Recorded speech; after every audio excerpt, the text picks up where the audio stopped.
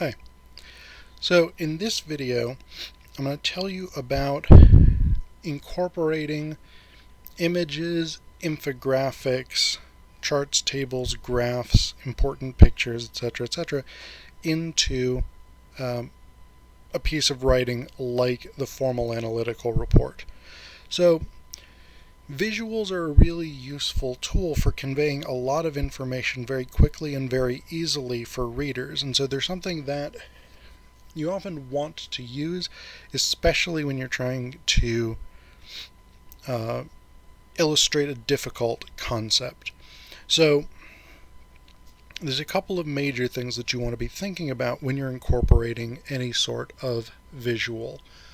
One of them is the spacing on the page, and another is how you're citing and linking that image to the text itself. So if we take a look at this image, so this is a screenshot that this author has included to establish the current situation. So the way that this author has labeled this is pretty much exactly right. You want figure number, so in this case figure 1, and that goes for pictures, charts, graphs, anything except tables. Don't ask me why, but tables get listed by table number. So we'll actually see that in another report that we're going to look at in terms of incorporating figures. But figure 1, and then you want a brief description of what the reader is seeing. So in this case, Oracle Hospitality Opera Software released 2013. So in terms of labeling, that's basically what you want to do. But the other thing that you want to do with that label is make sure that you're actually referring to that figure in your text itself. So in this Why Upgrade section, this author is explaining the problem and makes reference to what figure 1 shows. So typically you want your textual reference to a particular figure or table to come before the actual image itself, the actual figure itself being referred to. It's not the end of the world if that doesn't happen, but that's the standard that you want. So this is basically the way that you want to do it. And if we scroll down, we can see the same kind of thing here with this screenshot. We have a label, figure 2, upgraded Oracle Hospitality Opera Software released 2019. And again, the reference saying a screenshot of the new version homepage is shown below in figure 2. So once again, we've got that reference in the text connecting this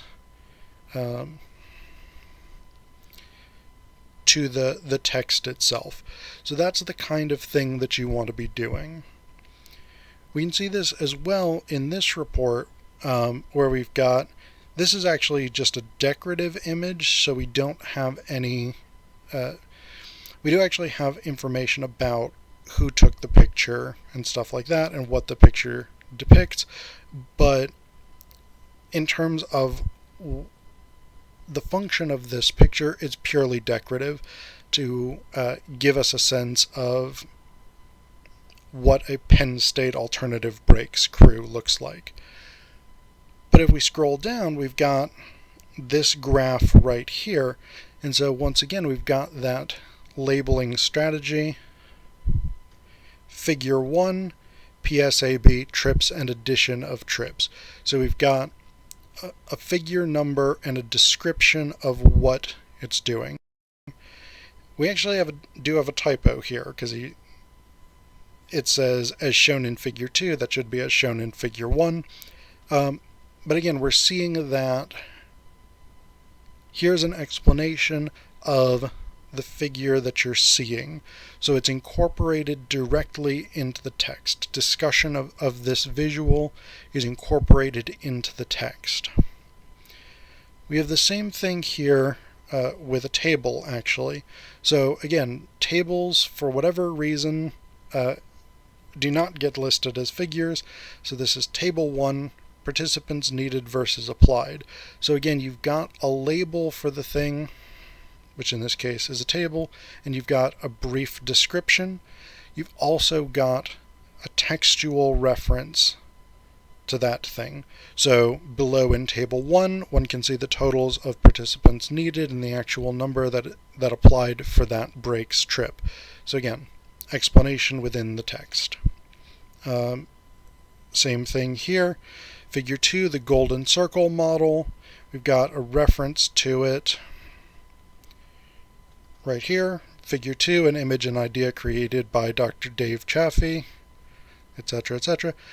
Now, the reason I wanted to bring us all the way down here and sort of cover what might seem like redundant material is that this source actually comes, this figure actually comes from a source. So, whereas these screenshots, the table, and this chart were all created by the authors of these reports, this is actually something this author found through research and is incorporating. And so you want to include a citation for that. Now, how that should be cited is going to vary depending on whether you're using MLA, APA, or Chicago style or some other citation style. But each major citation style includes guidelines for how to cite images. So that's one of the things that you want to be doing.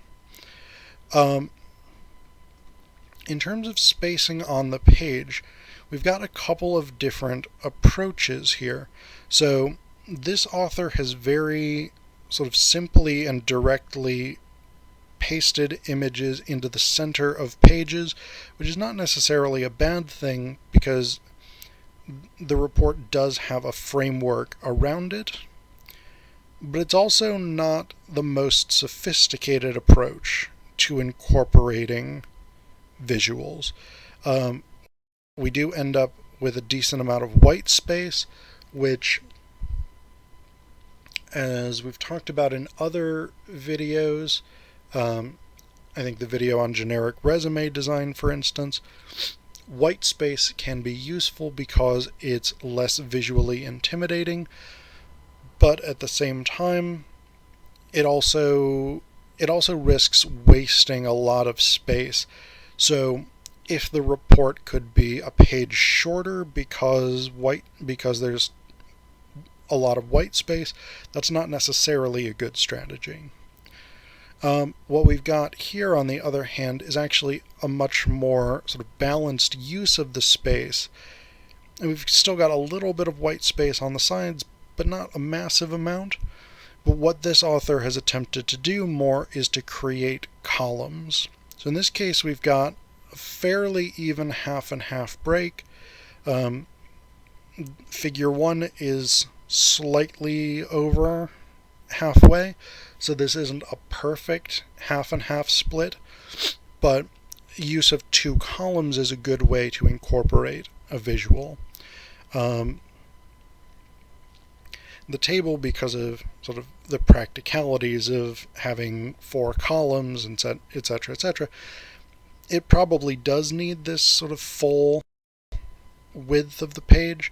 But again, unlike these screenshots where we've got a good amount of white space on the side, the table actually is taking up margin to margin. And then the other approach that we've got here is a 1/3, 2/3 break.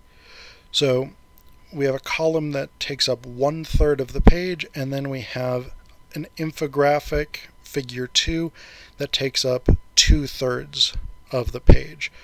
You could do it the other way as well. You could have 2/3 taken up on the left-hand side of the page, and then a column of 1/3 on the right side. You could have 2/3 of a page text and 1/3 of a page visual if it's a tall, thin visual. But this is another really good way of balancing text. Text and visuals, that is. So these are your three sort of major ways, I would say, of incorporating stuff, is either let a visual sit on its own, and that's going to especially make sense if it's something that's very wide and we need the whole sort of margin to margin section to see it, or break things up into two columns, two pretty even columns, preferably perfectly even, or think about the page in thirds, with a 1/3 column and a 2/3 column. Those are going to be your best ways of dividing the page up so that things look balanced and look pretty even.